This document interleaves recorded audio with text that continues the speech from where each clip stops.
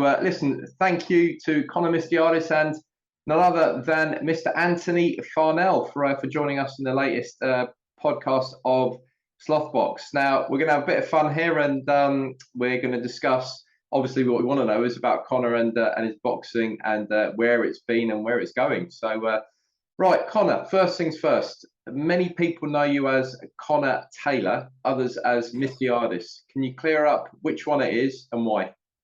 Yeah, well, it is my legal name is Conor Taylor, but I box under Conor Mistiades, not due to my granddad, who was from Greece, like an island in Crete, and yeah, like that's a bit of a like pay homage to him because he's done a lot for me, and he passed away the other year. So yeah, that's that.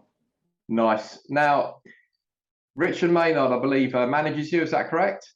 Yeah, correct. Yeah. Right. So I know Richard, and I know he likes the story. So to the side of you, we have very accomplished, acclaimed, and none other than Mr. Anthony Farnell, known as Arnie to many. Now, at the time, there was one of your fights. Richard Maynard did up a poster and had you on a Harley Davidson, looking like the real Arnold Schwarzenegger. Do you remember that? Yeah. That's what, I remember that. It was outside the Midland Hotel as well.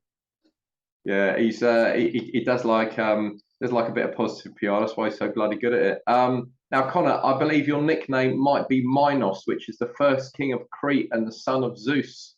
Yeah, that's correct.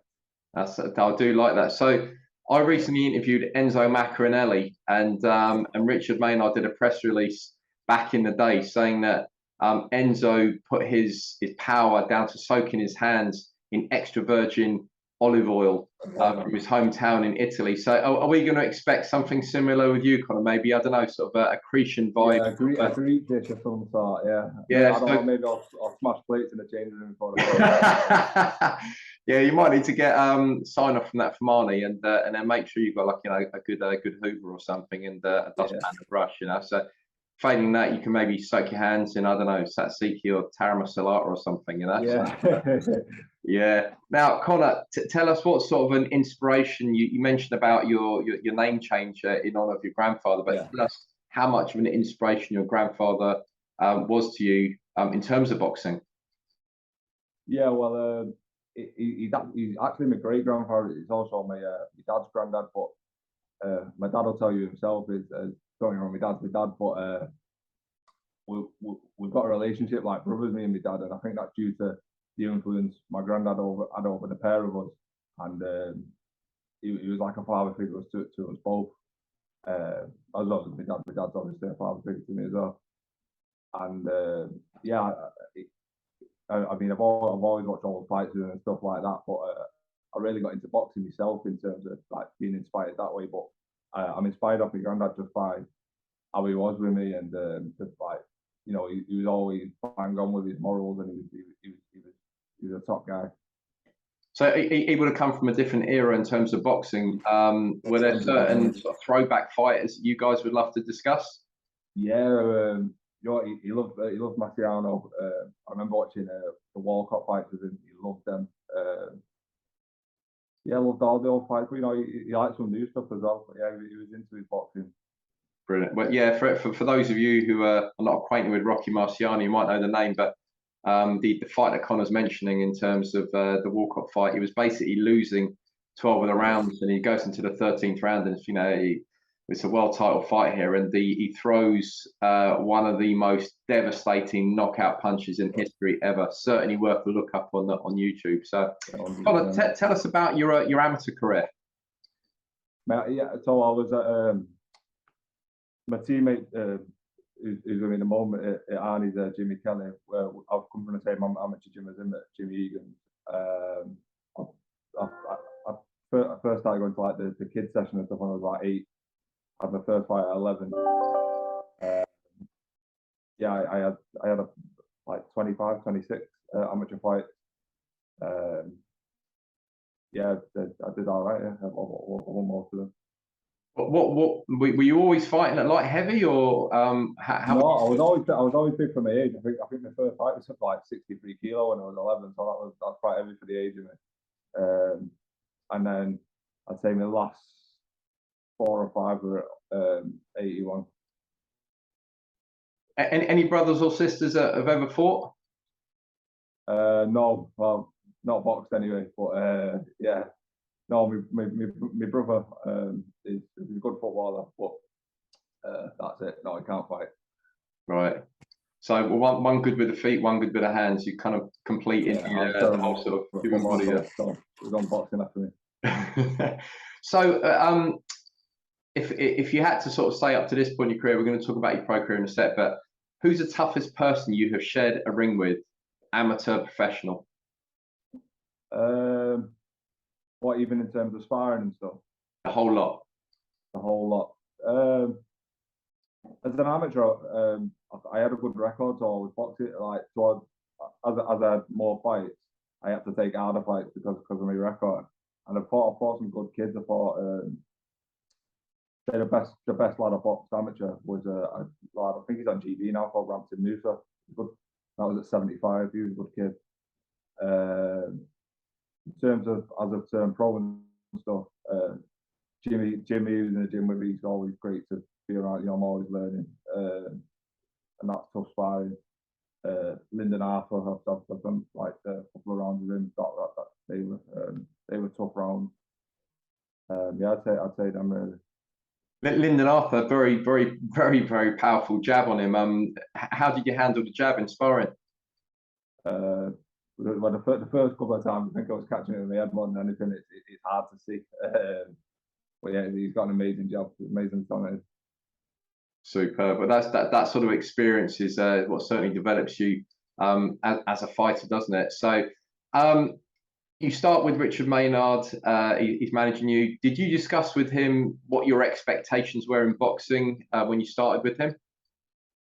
Yeah, I mean, I think the first thing for me is get out in September, and then take one fight at a time, and I want to be as busy as possible, and then see where we go from there. Superb. So you had your professional debut on the 4th of December 2021.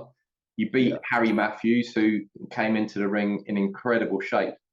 It was on a VIP show, one of Steve Wood's shows. Just checking, how come you haven't been active since?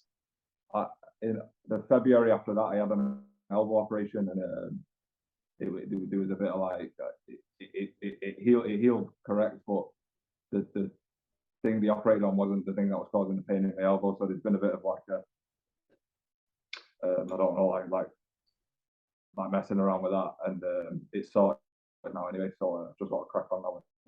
We got a date for a future fight coming up. He said September, but I think about mid-September. Well, it's not a date confirmed, but I believe it'll be out in mid-September. Brilliant. We're going to speak to Arnie in a sec, but for those who are listening, are you on social media, Twitter, Instagram, whatever's? Yeah, I'm on Instagram, and that's at conmisty99, Misty with a Y. Super. Give him a follow, guys. Let's get this man out. Let's get some really decent exposure. Final question for you before I jump onto Arnie here. What makes Mr. Anthony Farnell such a good trainer? A lot. When I first, I knew Arnie since I was younger, and then I sort of moved away from boxing out when not for any reason particularly. I had an injury as an amateur, and then I got it sorted, and then I just, like a teenager, I sort of stopped competing, and then I come to Arnie just to because I like being around Arnie basically, and then he said to me, why don't you think about turning pro, and I was in every day, and it just went from there. But what makes him a great trainer is, I think it's the relationship we have, and obviously his experience in boxing himself is second to none. So, and he's always passing what he's learned in his own career, what he's learned from having other fighters down to me, and I listen and try and take it on board. Obviously, you have to say a lot of that as well, because Arnie is sitting right next to you, and that left hand looks like it's ready to sort of throw a little hook, So you got to make sure you're polite next to the main man. Arnie, tell us what Conor's best assets are as a boxer. Best assets, well, he's tall, he's got long arms, he's powerful, And at first I just thought he was a very good boxer. But inside, his size, he can be like Callum Smith, who's very tall, very rangy, but can fight inside with short hooks. And he can do it all really. Every day he's improving all the time. You've been around boxing all your life, and you've got a very decorated career. Is there something special you see in Conor moving forward?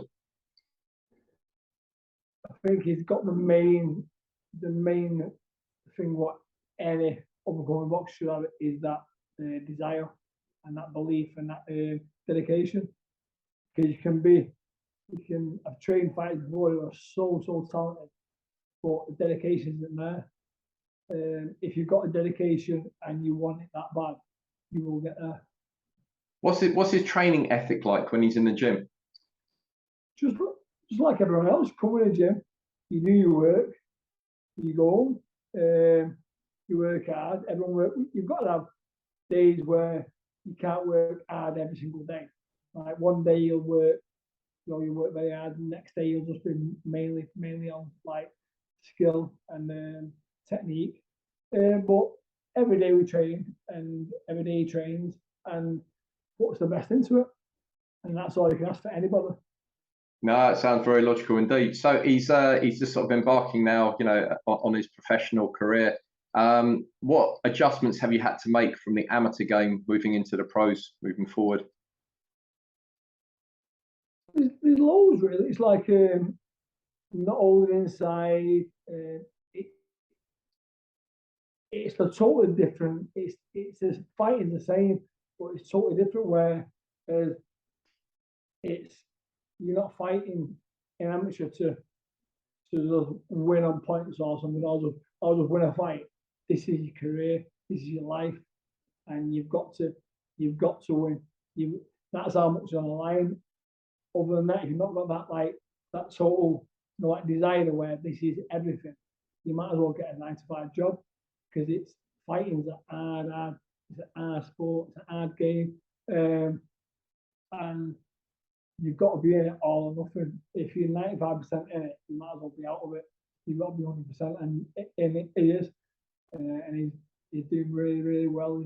He's gone with Richard now, Richard Maynard, who's a brilliant manager. I've known him for like a long time, for years, and I think it's just going to go better and better. He's going to be, I'd say, this time in 3 years, you won't recognise him. He'll be a very, very, very good fighter. Superb. Cannot wait to follow that journey. Right, the last question. You're both going to have to answer this one. Conor, you're up first. If you could spar 3 rounds with any past boxing legend, who would it be? In the prime? Yeah. Arnie. Ali. Okay, nice and easy then. Why would you want to spar Ali? I need to see it first time for myself. So I know he's game, and I know he'd have a tear up. Superb. Arnie, 3 rounds with any past boxing legend, who would it be? Farnell Whittaker. Ooh, yes. Now that's obviously a great one for your weight division as well. How do you think that spar would go? I would have hit him. He would have played with me, but just to be in that ring with him, I watch him all the time on YouTube and stuff, and just to share that ring with him, I think would be amazing. Fantastic. Well, listen, guys, Conor, Arnie, thank you so much for coming on to the podcast. Everybody, follow Mr. Conor Mistiades coming your way soon. A light heavyweight sensation, and under the strict eyes of Mr. Anthony Farnell. If you do decide to open a Twitter account, get back to us. We'll make sure we blitz it absolutely everywhere. But in the meantime, follow him on Instagram.